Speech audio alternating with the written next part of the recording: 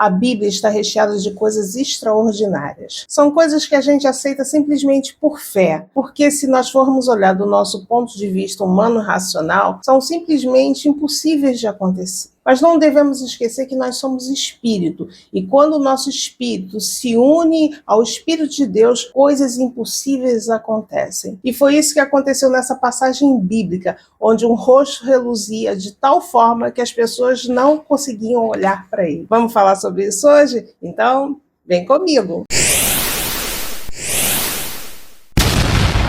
Olá, eu sou a pastora Kátia Alencar e aqui tratamos de crescimento espiritual usando a Bíblia como resposta. E se esse assunto te interessa, você já pode se inscrever no canal, bem como curtir, comentar e compartilhar, se assim desejar. E hoje eu quero falar sobre o rosto de Moisés que brilhava, um sobrenatural que acontecia no natural. E também quero falar sobre 5 lições que essa passagem nos ensina.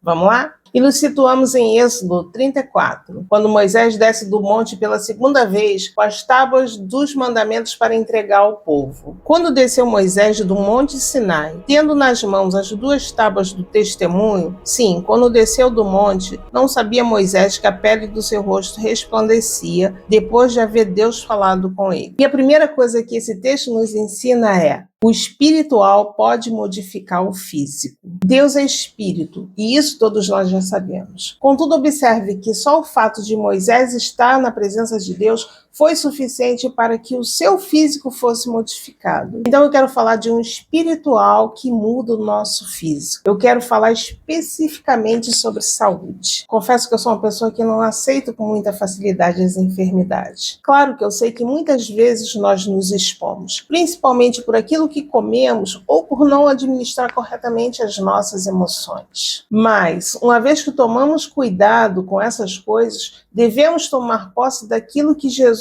fez por nós. A Bíblia diz que pelas suas pisaduras nós fomos sarados. Isso quer dizer que Jesus já pagou o preço pela nossa saúde. Mas muitas vezes o que eu percebo é que nós não nos posicionamos corretamente em relação a isso. E eu de forma alguma estou falando de uma fé ignorante e burra. Não, eu estou falando, primeiro você tem que fazer a sua parte e depois você tem que tomar posse daquilo que o Senhor tem reservado para você. Por exemplo, eu amo leite em pó, mas eu já percebi que se eu consumir demais, isso acaba sendo prejudicial para a minha saúde. Então é algo que eu tenho consciência que eu tenho que tirar da minha vida. E sobre tomar posse? Eu tenho alergia respiratória. Então uma vez eu fui ao médico que ele me receitou um remédio de nariz para que eu usasse. Eu usei aquele remédio e quando eu parei de usar, o meu nariz ficou totalmente entupido de forma que nunca tinha ficado. E eu pensei, não, eu não quero ficar dependente de remédios. Então eu comecei a orar e pedir a Deus e tomar posse. Depois que eu parei de tomar aquele remédio, eu fiquei 24 horas por dia, o tempo que foi necessário, dizendo, eu não aceito isso, eu confesso a cura em Jesus, eu não aceito, eu não recebo, Jesus já morreu por mim.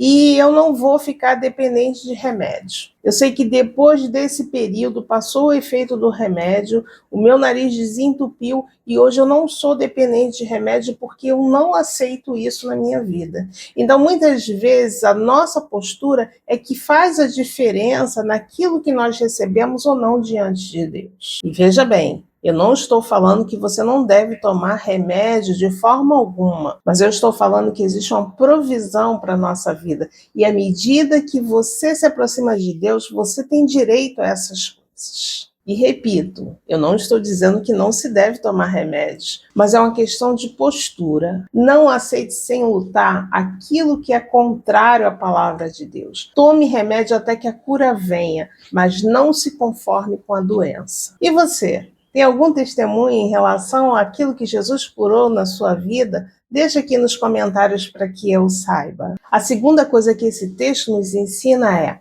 o sobrenatural acontece. O rosto de Moisés brilhar era algo sobrenatural. o sobrenatural acontecendo no natural. No momento que ele se dispôs a fazer aquilo que Deus queria que ele fizesse e se dispôs a estar perto de Deus, o sobrenatural o alcançou. Muitas vezes queremos ver o sobrenatural, mas basta que nos aproximemos de Deus e façamos aquilo que Ele espera de nós para que o sobrenatural aconteça em nossas vidas. Todos nós somos seres espirituais. Isso quer dizer que nós temos atração pelo sobrenatural. Não existe ninguém que não tenha atração pelo sobrenatural, porque isso é próprio de nós. Mas nós devemos ter cuidado com essa atração pelo sobrenatural, porque existem coisas que Deus nos proibiu de fazer. Tudo aquilo que podemos consultar para nos conduzir e nos proteger em termos espirituais, que não seja Deus e a palavra de Deus, é algo que o Senhor não quer que façamos. E veja bem, eu não estou falando da ineficácia dessas coisas. Eu até acredito que muitas delas são eficazes, mas não é essa a questão. A questão é que Deus nos vedou, Ele nos proibiu de fazer essas coisas. E Ele nos proibiu porque Ele sabe que se nós o fizermos, nós ficaremos vulneráveis em relação a essas coisas. E muitas vezes não nos damos conta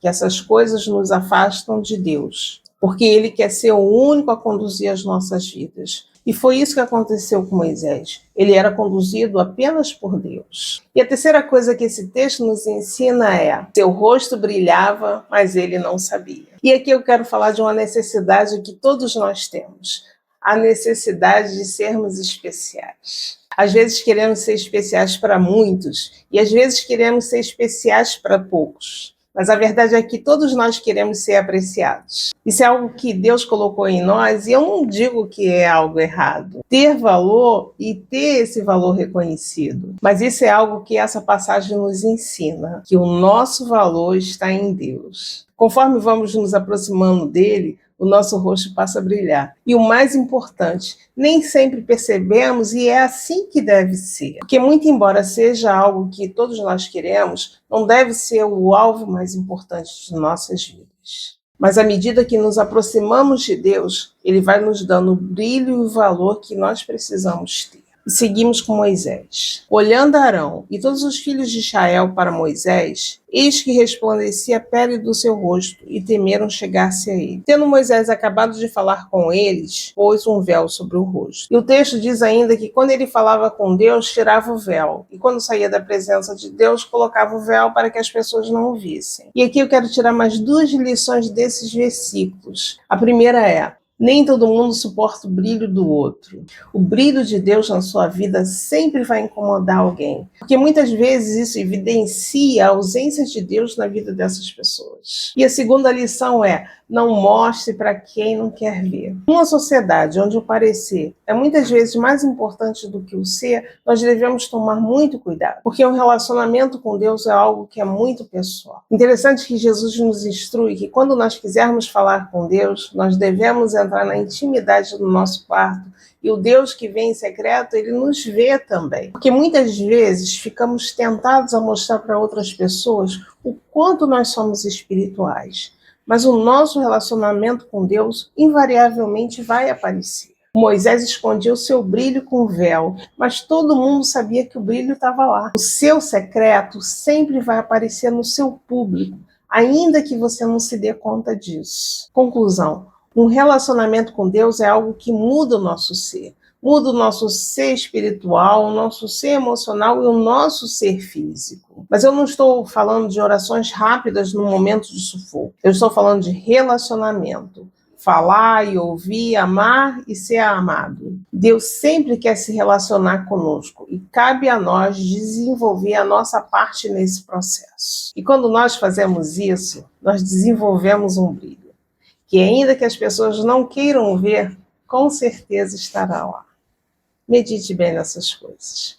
Tchau, fica com Deus, até a próxima.